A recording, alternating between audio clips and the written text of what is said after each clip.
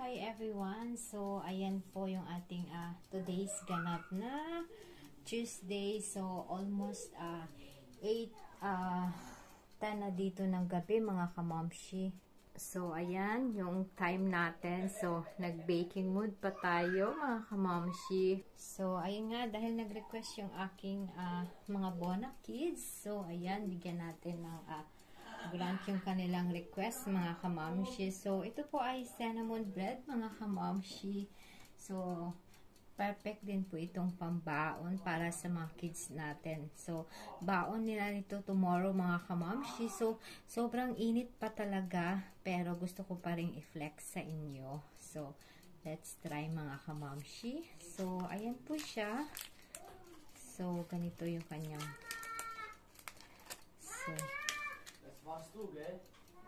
So, mga kamamshi, so hindi ko pa talaga siya matouch sa sobrang init. So, ganyan lang muna mga kamamshi yung ating ganap for today's sharing. Yung ating cinnamon bread mga kamamshi. Dahil sa sobrang init, hindi ko siya mahawakan. So, ilagay ko muna dito.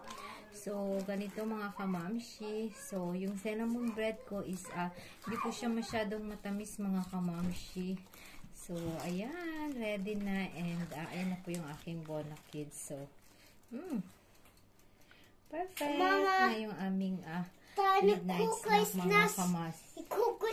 Yeah, okay. Kom. Isko mig guys, mama, okay? Okay. Kom. Yeah, it's moment. So, ciao ciao mga kamamshi. So, ayan. Oni.